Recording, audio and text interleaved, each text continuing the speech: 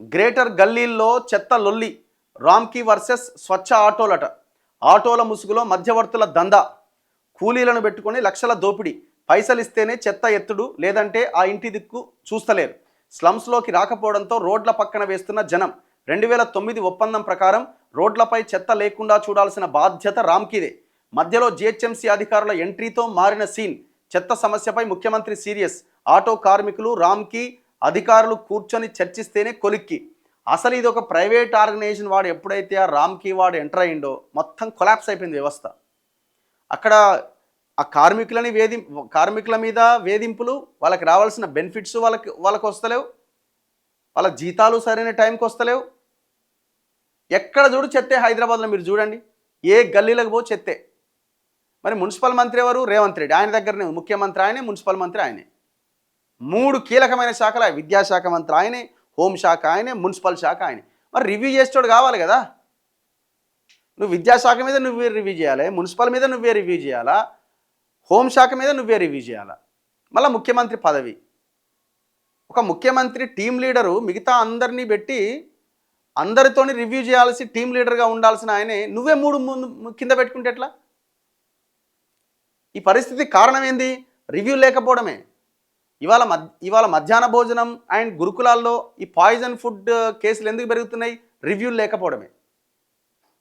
నువ్వు సరిగ్గా రివ్యూలు చేస్తే ఒక మంత్రి పదవి ఎవరికైనా ఇచ్చేస్తే అయిపోతుంది కదా. Greater Hyderabad municipal corporation, Cyberabad municipal corporation, Malkajgiri municipal కార్పొరేషన్లో చెత్త సమస్య రోజురోజుకి తీవ్రమవుతున్నది. ఇండ్ల నుంచి చెత్త సేకరణ జరగకపోవడంతో రోడ్లపై పేరుకుపోతున్నది. అలాగే గ్రేటర్లో చెత్త నిర్వహణ చూస్తున్న రామ్కీ ఏజెన్సీ ఇంటింటి నుంచి చెత్త సేకరించే స్వచ్ఛ ఆటో కార్మికుల మధ్య వార్తో ప్రజలకు ఇబ్బందులు తప్పట్లే. తమ తాత ముత్తాతల నుంచి తామే చెత్త సేకరిస్తున్నామని, ఇప్పుడు తామే సేకరిస్తామని కార్మికులు చెబుతున్నారు. కానీ వారు అపార్ట్మెంట్లు, విల్లాలు, డబ్బులు ఎక్కువగా వచ్చే కాలనీల నుంచి మాత్రమే చెత్త సేకరిస్తున్నట్టు అధికారుల దృష్టికి వచ్చింది. స్లమ్స్లోకి వెళ్ళకపోవడంతో ఆ ప్రాంతాల వారు చెత్తని తెచ్చి గార్బేజ్ వర్నలబుల్ పాయింట్ల వద్ద పారవేస్తున్నారు. 2016లో జిహెచ్ఎంసీ చేసిన తప్పుతో ఈ సమస్య ఏర్పడింది. ఇప్పుడు వాళ్ళ మీదకి దోస్తున్నారు ఏంది? ఆ కార్మికుల మీదకి నాకు అర్థం కాదు. వాళ్ళు ఏం అడుగుతారు? ఆ 50 రూపాయలు 40 రూపాయలు ఇస్తే తీసుకుంటారు. ఇస్తే తప్పేముంది?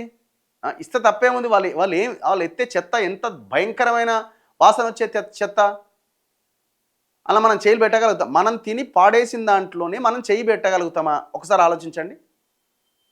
ఎవడో తిని పాడేసిన దాంట్లో వాళ్ళు అంత దుర్గంధాన్ని తీసుకుపోయి పారేస్తున్నప్పుడు వాళ్ళకు 50 100 ఇస్తే తప్పే ఉంది? రోజుకో 100 అడుగుతున్నారా? ఇప్పుడు వాళ్ళొకవేళ తప్పు చేస్తున్నారు అనుకోండి, వాళ్ళని లైన్లో పెట్టాల్సింది ఎవరు? వ్యవస్థ పెట్టాలి కదా. మీరు మానిటర్ చేయరు, ప్రైవేట్ వాళ్ళకి అప్పగిస్తారు. వాడు సరిగ్గా చేయడు, కార్మికుల మీదకి దోస్తే ఏమొస్తుంది?